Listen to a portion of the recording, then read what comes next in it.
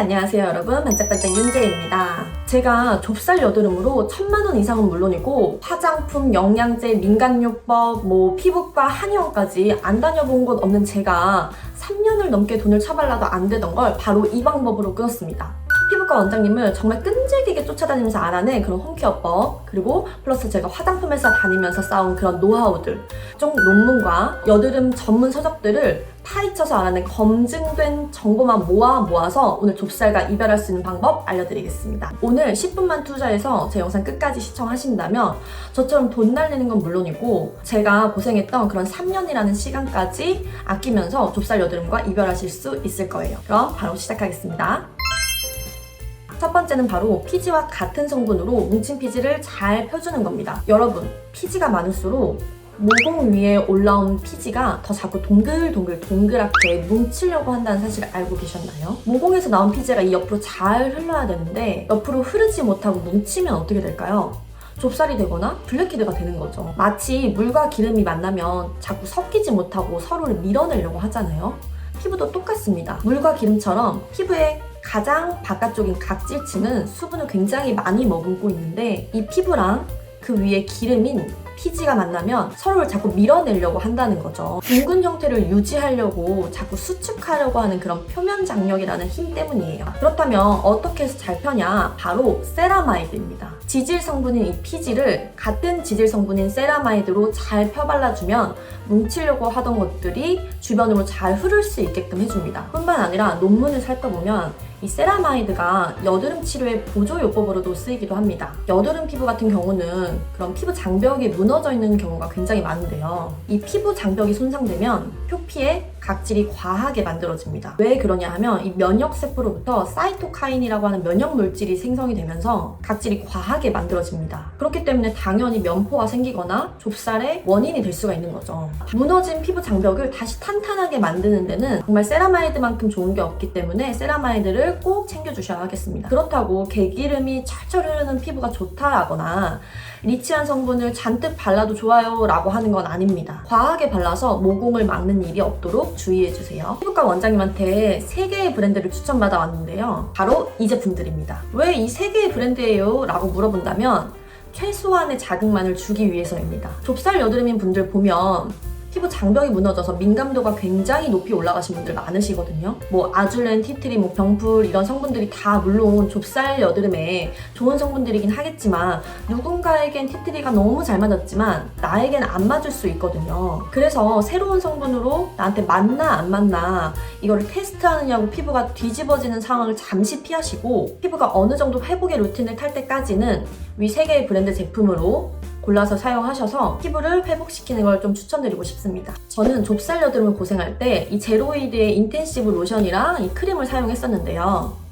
지금도 사용하고 있을 정도로 굉장히 애정하고 있는 제품입니다. 특히나 나는 좁쌀이지만 좀 많이 건조해 라고 하시는 분들이 사용하시기에도 괜찮아요. 다만 저는 병원용 처방을 받아서 사용했기 때문에 나는 병원까지 가기가 너무 귀찮아 라고 하시는 분들은 인터넷으로 구매하실 수 있는 이 초록색 라인 추천드릴게요. 세라마이드 성분은 물론이고 이 크림에는 올리브유에서 추출한 스쿠알란 성분까지 들어있기 때문에 정말 뭉친 피지를 펴주는데 아주 좋습니다. 나는 좀 가볍게 쓰고 싶어 라고 하시는 분들은 크림 대신에 로션 사용하셔도 좋아요. 아토베리어는 하이드로 에센스에 이런 세라마이드 성분뿐만 아니라 콜레스테롤, 지방산 같은 성분들이 다 들어가 있어서 피부 장벽을 튼튼하게 해주는데 거의 최고의 제품이고요. 피지오길에서는 페이셜 크림 추천드릴게요. 전외로 저는 피부가 좀 회복됐고 좀 불안해서 한 가지 성분을 더 바르고 싶어요 라고 하시는 분들 위해서 추가로 추천해드리자면 바로 히스토랩의 아줄렌 앰플입니다. 아줄렌 성분이 좁쌀 여드름이 좋다는 사실은 아마 많은 분들이 알고 계실 텐데요. 많은 아줄렌 화장품들 중에서도 특히나 이 히스토랩 제품 같은 경우는 피부과 전문 브랜드로 굉장히 많은 피부과에서 여드름 치료 후에 사용하는 제품 중에 하나입니다. 그만큼 효과가 굉장히 좋아요. 제가 좁쌀 여드름 홈케어할 때 딱 4가지 썼어요. 기존에 원래부터 트러블 없이 쭉 쓰던 제품인 아모레퍼시픽의 빈티지 에센스를 한 2-3번 정도 레이어링하고 제로이드 로션, 크림 이렇게 딱 발라줘가지고 피부를 어느 정도 좀 회복을 시켜준 다음에 이 루틴에 히스토랩 앰플을 딱 하나를 더 추가해서 이렇게 4가지 딱 썼습니다. 이렇게 해서 딱 일주일 썼는데 좁쌀이 확 좋아지는 게 눈으로 느껴지더라고요. 두 번째는 반대로 씻어주기입니다. 뭉쳐있는 피지를 잘 펴기만 한다고 해서 좁쌀이 사라지지는 않습니다. 의외로 씻는 걸 잘못된 방법으로 씻어서 좁쌀이 나시는 분들이 굉장히 많거든요. 저도 그 중에 한 명이었어요. 바로 피지랑 반대되는 성분의 클렌징을 쓰시는 건데요. 피지를 가장 효과적으로 잘 제거할 수 있는 건 피지랑 반대되는 성분으로 씻을 때입니다. 피지는 지방산, 즉 산성입니다. 산성의 반대는 알칼리, 염기성. 알칼리 중에서도 이 살리실릭산이 들어가 있는 바하 성분이 모공 속 끝까지 침투가 잘 되는 지용성 성분이기 때문에 모공 끝에 남아있는 그런 노폐물이나 피지를 아주 효과적으로 잘 제거를 해줍니다. 그럼 분명 이렇게 말씀하시는 분들 계실 거예요. 뽀드득한 세안 하지 말라던데요? 피부가 약산성이라서 알칼리 클렌저로 클렌징을 하면 피부 pH가 무너져서 안 좋다고 들었어요 라고 하시는 분들 계실 텐데 뭐 절대 틀린 말은 아닙니다. 하지만 저희의 지금 문제점은 뭐냐? 바로 좁쌀 여드름입니다. 좁쌀 여드름이 올라오는 수많은 원인들이 있지만 피지랑 뒤엉킨 노폐물이 제대로 빠지지 않아서 그게 원인이 돼서 문제를 일으키는 경우가 굉장히 많거든요. 약산성 클렌저로만 계속 닦아주면 모공 끝까지 제대로 안 닦여서 문제를 일으킬 수 있다는 걸 꼭 기억해 주셔야겠습니다. 제가 클라이밍 할 때 이 손 미끄러지지 말라고 묻히는 가루가 있는데 이 가루 때문에 피부 모공이 막혀서 그때부터 좁쌀이 하나 두 개씩 올라오기 시작했거든요. 평소에는 그냥 약산성으로 닦아도 문제가 없다가도 상황에 따라서 여드름이 올라오거나 모공이 막히게 되면 클렌저를 바로 좀 바꿔주셔야 합니다. 알칼리 중에서도 특히나 피지를 제일 잘 씻어내는 이 바하 성분이 들어간 클렌저로 모공 끝에 남아있는 그런 노폐물이나 피지 같은 거를 씻을 때는 제대로 확실하게 씻어주고 씻고 나서 빠르게 피부의 pH를 회복해주는 이런 과정, 이 루틴의 과정으로 관리를 해주셔야 합니다. 남들이 다 좋다고 해서 나한테도 지금 좋다라는 거는 아니라는 사실 꼭 기억해주세요. 한 가지로 추가적인 설명을 드리자면 아침과 저녁 둘 다 바하 클렌저로 클렌징을 하시면 피부가 다소 건조할 수 있습니다. 아침엔 비교적 피지나 노폐물이 덜 쌓여있기 때문에 클렌징력이 조금 약한 약산성 클렌저를 써주시고 저녁에는 각종 노폐물과 피지와 이런 것들이 뒤엉켜서 메이크업까지 굉장히 많은 노폐물들이 쌓여있기 때문에 세정력이 확실한 알칼리성 클렌저로 클렌징을 해주시는 걸 추천드릴게요. 그래도 걱정되시는 분들은 제가 피부의 pH를 조금 더 빠르게 회복할 수 있는 3가지 팁을 드리겠습니다. 첫 번째는 물로 많이 헹궈주세요. 물은 pH가 중성이기 때문에 물로 많이 헹궈주는 것만으로도 세안을 하는 도중에 어느 정도의 pH를 회복시켜줄 수 있습니다. 두 번째는 화장품을 화장실에 두세요. 화장품 회사를 다니는 저를 포함해서 화장품 회사 직원의 10명 중에 9명은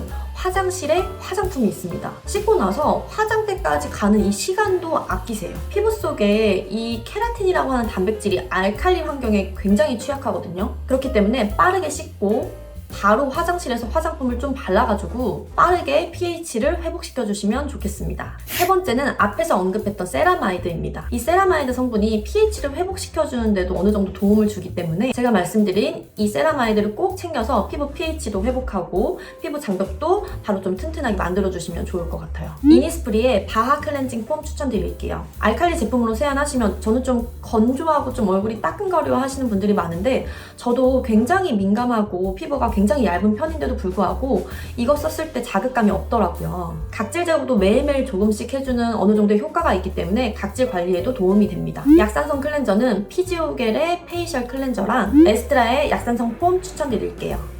이 피지오겔의 이 클렌저는 제가 피부과 원장님한테도 원장님 뭐 쓰세요? 라고 물어봤을 때 추천받았던 제품 중에 하나여서 이제 쓰기 시작을 했는데 이 제품의 특징은 거품이 없습니다. 그래서 내 피부의 그런 피지 상태를 거의 보존한다, 유지해준다 이 정도로 좀 생각을 해주시고 아침에 피지가 좀 덜 올라왔거나 적당히 올라온 날은 이 제품으로 좀 세안을 해주고요. 오늘은 아침에 좀 피지가 많이 올라왔다 싶은 날은 이 약산성 클렌저로 세안을 해줍니다. 여러분, 화장실에 클렌징 제품이 한 가지면 안 됩니다. 내 피부에 관심을 좀 기울여 주시고 그때그때 피부 상태를 좀 체크해서 클렌징 제품을 골라서 쓰셔야 한다는 점 꼭 기억해 주세요.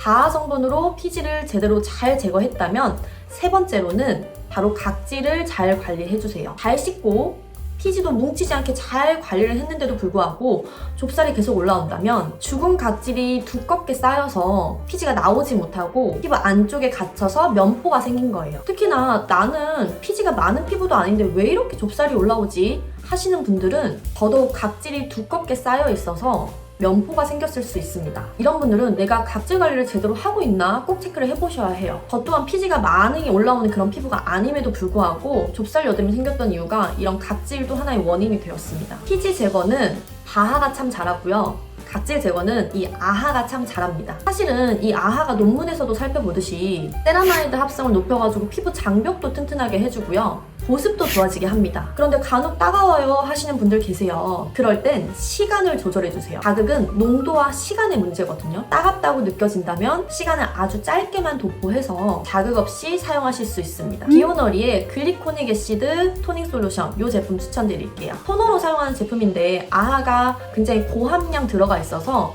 각질을 제거하는데 굉장히 용이한 제품 중에 하나고요. 다만 말씀드렸다시피 아하 성분이 고함량 들어가 있기 때문에 나는 좀 자극적인 것 같아요 라고 하시는 분들은 시간을 조절해 주시면 자극감을 줄일 수 있습니다. 5분, 10분씩 방치하는 게 아니라 이 토너를 발라주시고 다음 제품을 조금 더 빠르게 발라주시면 되고요. 피부 각질 상태에 따라서 매일 사용하시는 게 아니라 조금 간헐적으로 사용해 주시면 조금 더 자극감을 줄일 수 있습니다. 나는 아하가 좀 안 맞아요. 혹은 각질 제거를 따로 하는 게 좀 부담스러워요 하시는 분들은 클렌징 할 때 매일매일 조금씩 각질 관리를 할 수 있는 그런 제품 추천드릴게요. 위에서 보여드린 이니스프리의 바하 클렌징 폼도 매일매일 각질 관리를 조금씩 해주고요. 아모레퍼시픽의 엔자임 필 클렌징 파우더 이 제품도 폼 클렌징으로 사용해주시면서 각질을 같이 관리해줄 수 있는 아이입니다. 피부 표면에 있는 단백질 중에서도 묵어있는 그런 죽은 각질들만 타겟해서 반응하는 녹차 유산균 효소가 들어가 있기 때문에 피부에 좀 필요한 각질은 남겨두고 불필요한 각질들만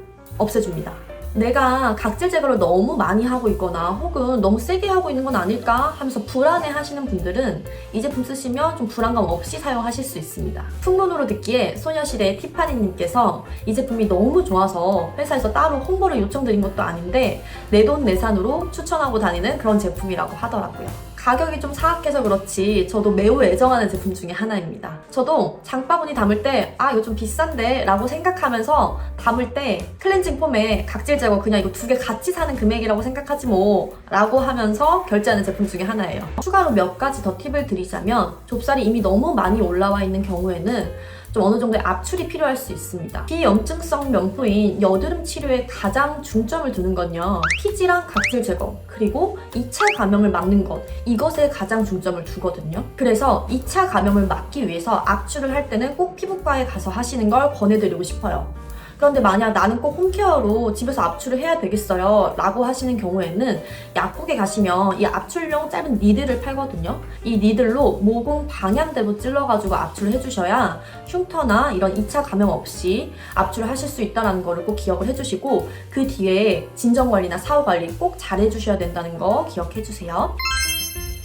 오늘 이렇게 피부과 원장님한테서 뽑아낸 그런 좁쌀 여드름 홈케어법 3가지 알려드렸는데요. 제가 좁쌀 여드름 겪으면서 느낀 거는요. 어느 날 올라온 뾰루지가 얼굴 전체에 퍼지고 화농성이 되고 일상생활이나 그런 자신감까지 떨어뜨리는 거는 정말 하루아침인 것 같더라고요. 유튜버들이 추천하는 그런 추천템들 아무리 써봐도 호전이 없고 정말 망연자실하면서 살던 게 엊그제 같은데요. 피부과 안 가고 홈케어로 좁쌀 여드름과 이별할 수 있는 이 3가지 방법 잘 실천해 주신다면 그 어떤 관리보다도 시너지가 확 오르면서 분명히 좁쌀 여드름이 좋아지실 거예요. 지금 바로 내가 쓰고 있는 화장품에 피지를 잘 펴줄 수 있는 그런 세라마이드가 들어있는지 아니면 클렌징류는 잘 골라서 쓰고 있는지 한번 확인해보세요. 이런 것들만 바꿔도 분명히 바뀐 피부를 느끼실 거예요. 다음엔 염증성 여드름도 한번 다뤄보도록 하겠습니다.